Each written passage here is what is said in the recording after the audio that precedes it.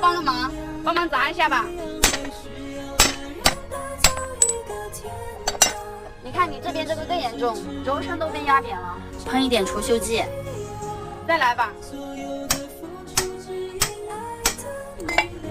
这个主销砸出来了，现在要把这里面的铜套砸出来。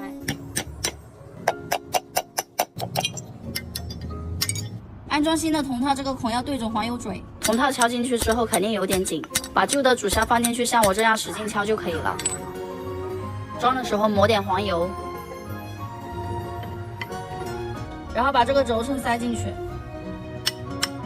然后把销子穿上，盖上盖子，用锤砸中间让它膨胀。